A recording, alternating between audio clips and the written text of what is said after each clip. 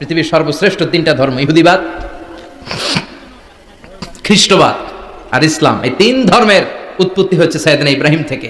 এজন্য এই তিনটা ধর্মকে একসাথে বলে অ্যাব্রাহামেটিক ফেইথ, কম্পারেটিভ রিলিজিয়ান। তুলনামূলক ধর্মতত্ত্ব নিয়ে যাদের পড়াশোনা আছে তারা জানবেন এই তিনটা ধর্মই আল্লাহর দেয়া, কিন্তু ইহুদিবাদ আর খ্রিস্টবাদ আল্লাহর দেয়া শরীয়তের উপর চলতে পারে নাই, শুধু চলতে পেরেছে ইসলাম। চিল্লা এখন ঠিক কিনা?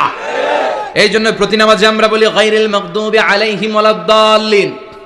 ও আল্লাহ, যারা মাগদুব মানে ইহুদিরা, তাদের পথে আমরা হাঁটতে চাই না। আবার যারা দল্লিন পথভ্রষ্ট খ্রিস্টানদের পথেও আমরা হাঁটতে চাই না। আমরা হাঁটতে চাই ইসলামের পথে, ঠিক কিনা? আমরা যদি হাঁটতে যেয়ে পথ ভুলে যাই, পথ দেখিয়ে দেয় কে?